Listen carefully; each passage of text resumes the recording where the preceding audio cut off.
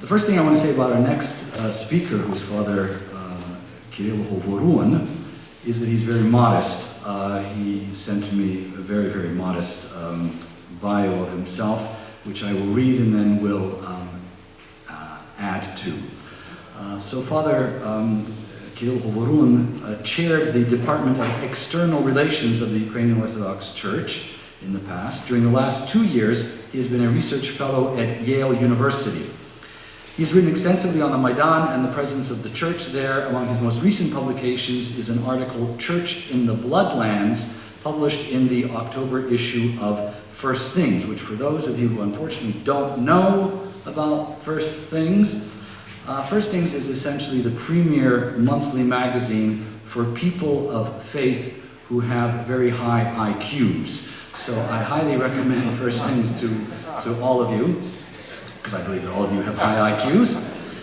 So now the facts that Father Hovorun did not include in his very brief bio. He actually has 2 doctorates, one from the University of Durham, where he worked under the premier patristic scholar in the Orthodox world today, Father Andrew Louth, and another one from Thessaloniki.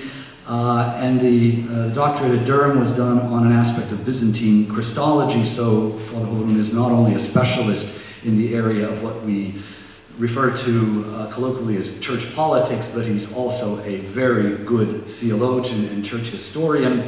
Father Kirill hails from the Kyiv region of Ukraine, and for those of you who inappropriately, I stress inappropriately, might decide to vent your frustration with the Moscow Patriarchate against Father Kirill, because he's a member of the Ukrainian Orthodox Church that's in communion with the Moscow Patriarchate, you want to keep in mind the following.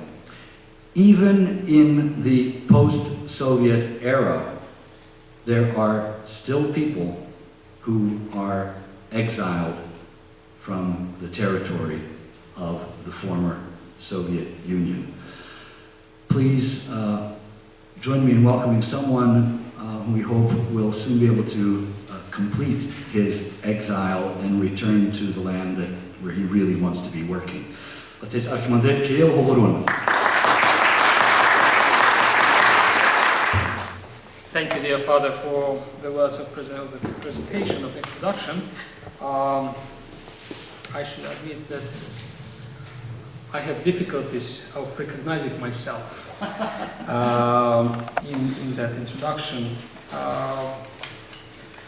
Thank you for inviting me to this conference, which is a wonderful venue. It seems to be that Ukraine, from being really an obscure part of the world, came to prominence, and I should say that every week or twice a week there is something happening in the world concerning Ukraine. I'm just coming from Europe, where we had a conference on Ukraine. There was 2 days ago a conference in Fribourg in Switzerland. I missed that one. Now in Canada. The next week will be actually 2 conferences, one in Italy and one in Germany, in Munich. So it's really a kind of great fashion for Ukraine, and I'm very happy that there is one. And I hope that it will stop this fashion, because we will not have any more events to talk about in Ukraine. This would be a blessing. Well, nowadays, with the prominence of Ukraine really as a global thing, I think we need some humbleness. We need to be forgotten, because we have had too much, I think. But still, we need to discuss. We need to reflect on what is going on in Ukraine. It is crucially important not only for Ukraine. It is crucially important for Europe, and it is also important for the entire globe. Ukraine is really a key to understanding modern political processes, social processes, and I would dare to suggest that it's a key to understand what is going on in the global religious sphere, if you want. If you want to understand the modern patterns of relationship between the church and the society, within the churches, on the ecumenical stage. If you want to understand what is really going on in the churches, you need to understand Ukraine. In my presentation, I will touch on one side of this on this phenomenon, and particularly I would like to explore in my presentation the phenomenon of the Ukrainian Maidan and the participation of the Ukrainian churches in the Maidan in the system of coordinates with three axes: church, society, and state. And my point is that the churches in Ukraine emerged from the two-dimensional relationship between the church and the society and the state to a three-dimensional relationship between the church, the society, and the state, in this order exactly. Many of you may disagree with my judgments about behavior of the Ukrainian churches in the recent events, and I acknowledge that these judgments are indeed subjective. And maybe some of those judgments are rather harsh to digest. However, I will try to make judgments not in accordance with my own ecclesial affiliation, but according with the mentioned system of coordinates, church, society, and state, and I will be most critical about my own church, my own jurisdiction. But first I need to say a few words about the churches. What are the Ukrainian churches? They are three Orthodox churches. The largest one among them is the Ukrainian Orthodox Church in communion with the Moscow Patriarchate.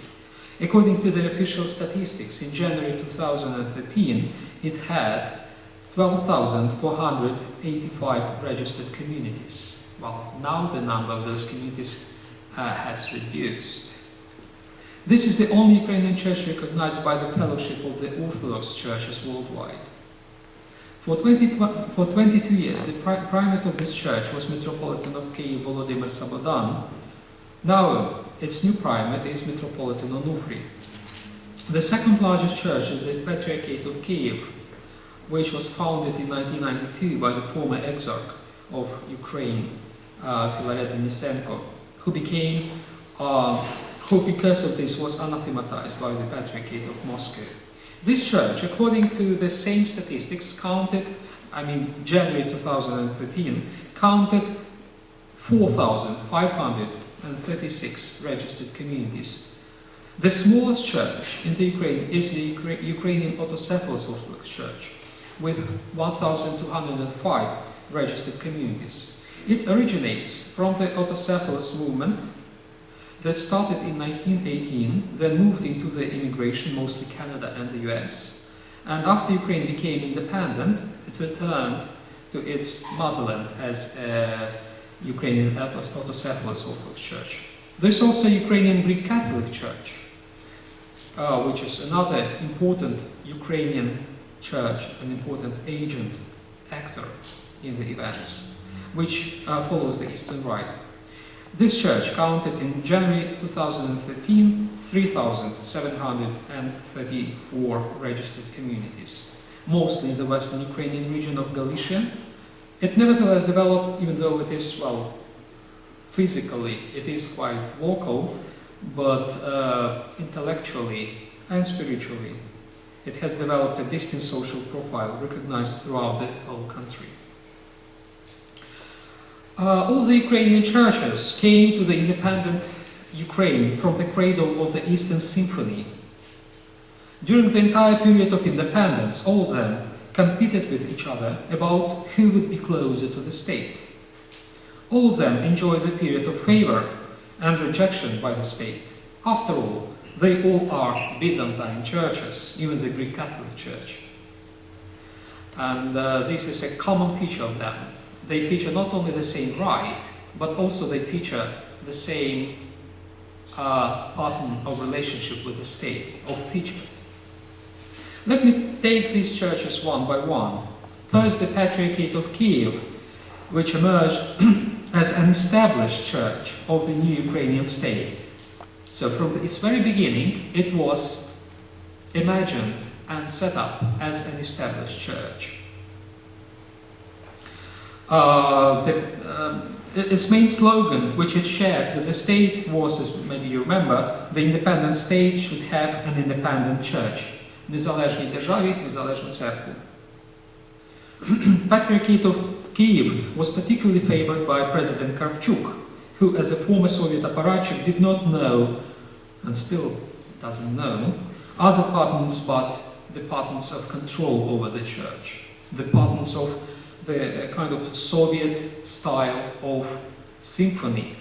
Well, you could be surprised, but I think there was a Soviet style of symphony between the church and the state, even though the Soviet state was very much, well, officially anti-religious and atheist. At the same time, it developed a distinct symphony, which, well, had to do with the traditional patterns of the Byzantine symphony, but featured some Soviet particularities. Like, for instance, the particularity of pretension. The Soviet state pretended to be atheist, at the same time pretended to be helping, to be, so to say, tolerant to religion. Well, it didn't encourage any church to develop, but at the same time, formally, according to the constitution, the Soviet state allowed any existing religious community to live in the Soviet Union, to exercise their duties and needs in the Soviet Union, but this was just a pretension. The reality was different. The Soviet Union used the church for its own goals, say on the international arena, in fighting for peace on behalf of the Soviet regime. And in fact, it favored some churches and disfavored others, like if you take the Greek Catholic Church, which was just completely exterminated in the Soviet Union. The Orthodox Church suffered a lot, but was not completely exterminated, and at some stage was unofficially, informally favored by the church. So coming back to the Kyivan Patriarchate, it was established with a sort of Soviet kind of symphony in mind. However, under Kuchma and Yanukovych, the Patriarchate of Kyiv was disestablished and suffered from this. It was a kind of, new experience, like a baby. When you take it from the baby from the mother, the baby suffers. So the baby was born as an established church, then was taken from the mother of the state and really cried. But it helped the church to mature, to get more aware of its own churchness, so to say. So these sufferings of disestablishment under Kuchma and Yanukovych helped the church to cleanse itself from much of its Soviet heritage, largely, though not completely. It took again an opportunity under Yushchenko and attempted at establishing the old model, or re-establishing the old model of the symphonic relationship with the Ukrainian state. This found a consent from the side of the then President of Ukraine, who, as it turned, did not depart far from the ways of thinking of his predecessors. So Yushchenko continued favoring this kind of Byzantine symphonic models of relationship with the church. And it didn't work well, I think. In the wake of the Maidan, some elements of the same symphonic aspirations are discernible in the behavior of the church still, unfortunately, I should say this. Even though Maidan, well, as I will explore it a bit later, created a momentum for the churches to get rid of those old models of favoritism from the state. Some churches still stuck to them, and I'm afraid the Patriarchate of Kyiv shows some elements of the old model still. In counterposition to the Patriarchate of Kyiv, the autocephalous church, the Ukrainian Orthodox autocephalous church, was restored in Ukraine as kind of countercultural. It was the church of dissidents and open-minded people who evaluated freedom most. So, the Patriarchate of Kyiv was born as a baby as an established church. The autocephalous church was born or reborn, reincarnated in Ukraine, as a baby as an unestablished church. Gradually, however, the Ukrainian Orthodox autocephalous church lost this character and turned into a sort of established church with though little appetites. For instance, it was pretty happy when it received Andreyska church in Kyiv as its cathedral, and enjoyed, and still enjoys, when some of the politicians occasionally browse into their Easter services. They're pretty happy about those small things, but those things are still tokens of appreciation from the state. Unfortunately, I think the autocephalous church has lost this character of really church valuing freedom, valuing, inheriting or embodying the tradition of the Ukrainian dissidents of the Soviet past, and changed its character. Well, maybe a few exceptions, maybe Archbishop Igor Isichenko demonstrates a different kind of approach, but it's rather an exception, I'm afraid. I'm critical about those churches, but wait, I will be more critical about my own church. Now I want to sting the Greek Catholics. The Greek Catholic Church, which had been exterminated, as I said, by the communist regime and then re-emerged to the free Ukraine, has advanced most in its emancipation from the state. Well, to praise the Greek Catholic. Nevertheless, it would be an overstatement to say that it liberated itself completely from the symphonic models. In effect, it enjoyed, and I would dare to say still enjoys, local symphonies, mostly on the level of municipalities in the west of the country. So they don't aspire for big symphony with the Ukrainian state. They're pretty happy with the local symphonies with the local authorities, and that's fine. And we witness as Orthodox, in the West, how that kind of symphony local symphony works in the West. It's pretty similar what we do in Kyiv or on the larger scale.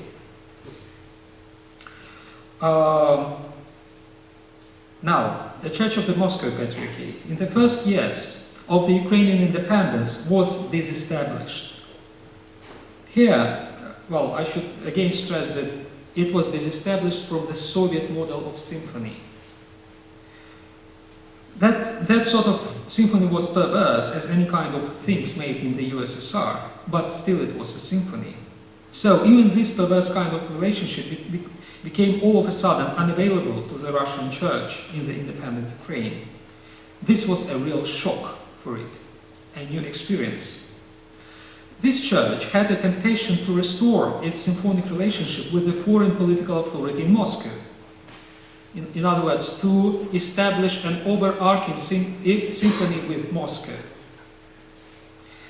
However, it did not dare to do this because it would significantly worsen the relationship of the church with the Ukrainian state. So still, the play with the state played an important role in this. In order not to worsen the relationship with Kyiv, the Ukrainian Church of the Moscow Patriarchate did not dare to have a symphonic relationship with the Russian state. I should say this is more or less true. It was fair. Well, there was a presentation about way from fear to dignity. The church certainly made its way from fear to dignity. So initially, it was consumed somehow by fear of destroying at least a potentiality, a possibility of symphony with Kyiv, and that's why I did not proceed to the symphony with Moscow.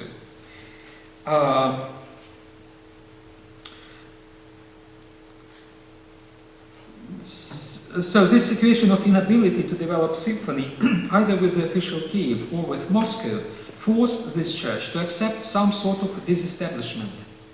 It was certainly unhappy about this in the beginning, but gradually, I should say, it came to terms with it. This happened under the late Metropolitan Volodymyr, who it seems came to like the new situation of disestablishmentness. I like this word.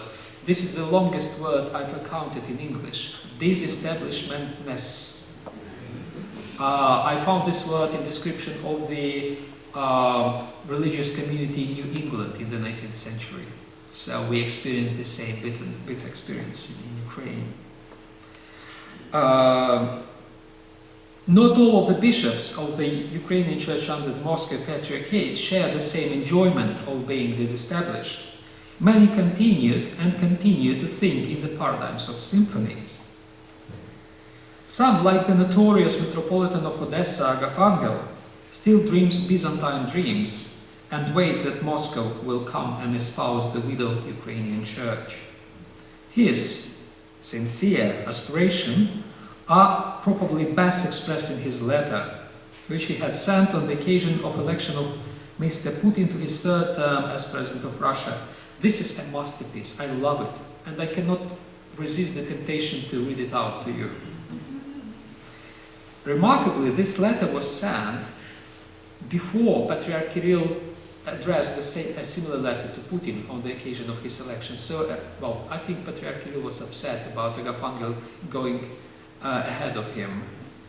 So this is the masterpiece. Listen to it. Esteemed Mr. President, on behalf of the clergy and faithful of the Odessa Metropolia, of the Ukrainian Orthodox Church of the Moscow Patriarchate, of the Orthodox community of Odessa and myself, I cordially congratulate you on a brilliant and blessed by God victory, capital V, in the elections of the President of the Russian Federation. We rejoice in your joy. You remember the Stalin's years. Yours joys, our joys. So we rejoice in your joy. Our prayers are heard by God and accepted by Him. Imagine how prayerful is the person. On the March 4th, the day of the triumph of Orthodoxy, the truth of God triumphed, in which, he quotes Psalms, mercy and truth are met, righteousness and peace have kissed each other. He likes speaking about kisses. Through you, Vladimir Vladimirovich, the healthy forces of the Russian society won. Your political opponents and enemies of Russia were decisively rebuked. Merciful Lord, who cares about salvation of the great Russia, again elected and installed you to the high and responsible position, so that the light of your wisdom, charm and warmth of your heart strengthen the thorny path of development of the Russian state in the fateful historical stage. We deeply believe that at this difficult stage of its history, the people of Great Russia will once again unite around you as its national leader. Highly esteemed Vladimir Vladimirovich, in the name of the Russian statehood and in the name of saving a strong, powerful Russia, I sincerely wish you, the President of the new democratic Russia, what an irony, an outstanding political and public figure of the Russian state, the faithful son of the Russian people, a citizen and a patriot of the Russian land, health, joy, happiness, inspiration, and all powerful God's help in your upcoming multifaceted creative activities for the good of Russia and prosperity of the Russian state, in celebration of the victory of truth over falsehood, imagine, good over evil, in maintaining peace and harmony in the society. This was our fervent prayer. May the heavenly powers keep you sincerely, Agafangel, Metropolitan of Odessa and Izmail, honorary citizen of Odessa and the Odessa region, member of the Odessa Regional Council, and actually number one in the list of the Party of Regions group in the local parliament of Odessa. Isn't it wonderful? And this is remarkable. This is really a token of what was going on and still going on. Well, he enjoys himself still in Odessa. Agafangel dreamed, and I guess still dreams, now rather privately, about the symphony with Moscow. There are hierarchs in the Ukrainian Orthodox Church who dreamed about symphony with the regime of Yanukovych. I would not like to explore this too much, but I think there was a faction of the bishops in the Ukrainian Church who envisaged a similar kind of symphony, but not with Moscow, but with Yanukovych. And I think it was equally bad. And these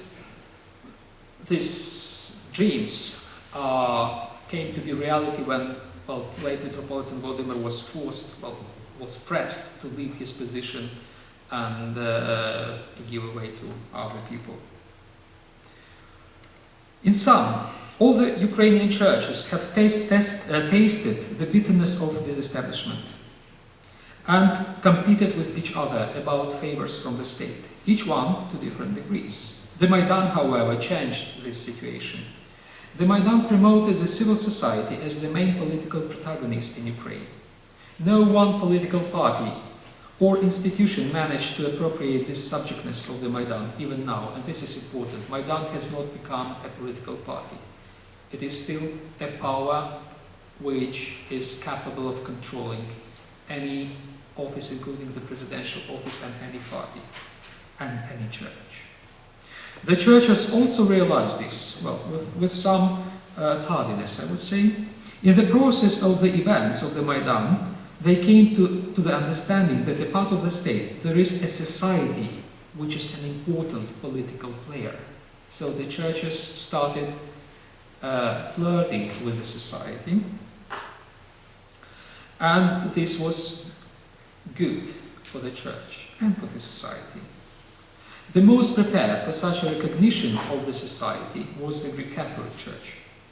The Patriarchate of Kyiv initially hesitated. I remember very well, at the beginning, they really didn't dare, to open Mikhailivsky Monastery. They did it later on, but they hesitated in the beginning, they hesitated to say something unpleasant about regime of Yanukovych.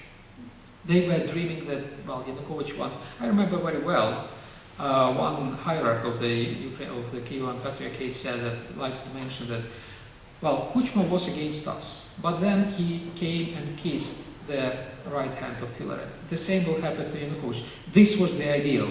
Yanukovych will eventually come and kiss the hand of our. And, well, this was really a Byzantine dream, wasn't it? But the things turned differently. Now the churches are expected not to wait for the politicians to come and to kiss their hands.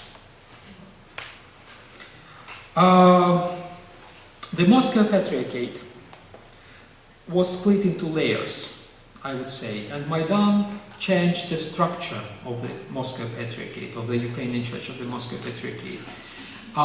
There is a huge stratification within the Moscow Patriarchate, as the hierarchs, they live in their own realm. Priests, they come closer to the reality and they separate themselves somehow from the hierarchs. And the lay people are even more down to earth. In the Ukrainian church, Marxism works well. In which sense? My priests whom I know, they say that, well, approximately half of their flocks left the churches. It means the income was reduced significantly. And this urges the priests to think, well, what to do.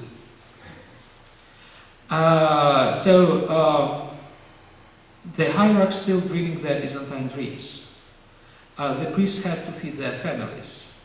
And the lay people, well, they want a better society. And these are the factors that create this kind of distance between the tiers within the church. So the church is really divided, more divided than any other Ukrainian church. And this division is vertical, not horizontal.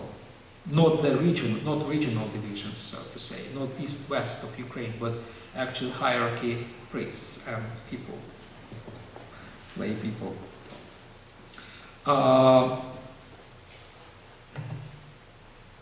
Maidan offered the churches a unique chance of rapprochement. You saw in the presentation of Bishop Boris how priests from different confessions, different denominations, the same essential confession, Orthodox confession, different denomination of the Greek Catholic Church, You still believe in Philokwe, don't you? We don't say it anymore. They came to the same stage and they prayed together. They really felt something different. They could change their attitude to each other. And there were hopes, and I wrote myself in my pieces of reflections that there is a chance for the Ukrainian Church to having this kind of extra ecclesial point of reference, the Maidan, and going to that point of reference, coming closer to each other. Now I could say it didn't happen, unfortunately. Now I should admit with great bitterness that the rhetoric of hostility, rhetoric of polemics prevails, came back in some uglier forms than it used to be before, even before the Maidan.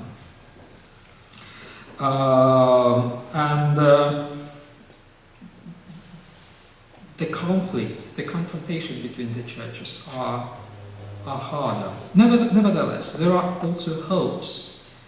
A strong signal of hope was sent just 2 days ago when the dioceses of different jurisdictions signed an agreement in Volyn, in Rivne. This is a remarkable event. It's going to be a remarkable event, that it happened just 2 days ago. And I translated it today in the morning. This is a token of rapprochement. I will read to you this memorandum and will analyze it a bit. So, the text of the memorandum. All Orthodox churches of Rivne region recognize and pray for the integral and one state of Ukraine, first. Second, all Orthodox churches of Rivne region favor establishing a single Ukrainian local Pomysna Orthodox churches. This is the big wow. Third, all Orthodox churches of Rivne region condemn the actions of Russia as an aggressor. This is a second wow, because it was signed by the Moscow Patriarchate Metropolitans, 2 of them. And this has been done for the first time. And of other states, in relation other states, I assume Metropolitan of Rivne Vartholomew added these other states. No one knows what kind of others, maybe Atlantida, other states that invaded Ukraine, part of it. Well, it's, mystical, transcendental states, I don't know. I'm not very much spiritual to understand this. In relationship to this, so they are aggressors in relationship to the seizure of territories of Ukraine and to the assault on integrity and sovereignty of Ukraine. Then, all Orthodox churches of Rivne region condemn inciting religious hatred and seizures of the Orthodox churches of one denomination by another. This was the point for which the Moscow Patriarchate signed the memorandum. All Orthodox churches of Rivne region do not deny freedom of religious expression for the inhabitants of Rivne region in accordance with the Ukrainian law on freedom of conscience and on religious organizations. This was the item added and probably promoted by the Kyivan Patriarchate, which allowed the local people to change the jurisdiction. The memorandum was signed by the Metropolitans of Sarny and Polissy Anatoly, Rivne and Ostrog Vartholomew of the Church of the Moscow Patriarchate, then Metropolitan Hilarion of Ostrog and Rivne of the Patriarchate of Kyiv, Metropolitan Makarios of Lviv, who is also a locum tenens of the Diocese of Volyn of the Ukrainian Orthodox Church, and by the Exarch of Lutsk of the Ukrainian Greek Catholic Church, Josephat. Even though the memorandum speaks on behalf of the Orthodox Church, about the Orthodox Church, it was signed also by the Greek Catholic Church. And I should say, today we see how, some heavy cannons from Moscow started shooting and presenting this memorandum as a new unia, actually promoted by the Greek Catholic Church. I think this memorandum was promoted and composed by the politicians, and it was signed by the head of the Rivne Regional Administration, Serhiy Rybachok, and by his deputy Alexander Savchuk. Well, to say a few words about this memorandum and its significance, certainly this memorandum is a significant step forward in solving the Ukrainian church divisions, and it is certainly a fruit of the Maidan. However, I believe it is still symphonic because it was drafted, I suspect, by the politicians from the Рівненська державна адміністрація, state administration. It is focused on the loyalty to the state. They support the integrity of the Ukrainian state and on the church property. Well, two issues that the churches seem to be still caring about only. There is no reference to the society, to the need of the people, to the aspirations of the people. This is in some sense, this is an interesting token, this memorandum is an interesting token that, well, we still think in the symphonic these terms of that two-dimensional terms of relationship between the church and the state. But there are hopes that we can make a step further. I think the churches in Ukraine need more. They need to stop looking for opportunities to revive this kind of Byzantine symphony. Nothing personal against Byzantine symphony, I think it doesn't work in our time, just that. And they need to look for partnership with the society. It does not mean, I believe, that the churches should blur up their identity with the society. I mean, the churches should not follow the pattern of the Protestant churches in the West and just to dissolve in the social agenda of the time. No, they need to keep their identity as church very distant from the society, but they should appreciate and to work together with the society. Partnership is different from serfdom of a kind of symphony. One would say in symphony the churches in Byzantium were not partners of the state. They were one thing, actually. The churches nowadays should not be one thing with the society, they should be churches. But they need to have partnership with dignity, coming from fear, referring to Bishop Boris's presentation, coming from fear of losing symphonic favor of the state to the dignity of the partnership with the society and with the state. Thank you.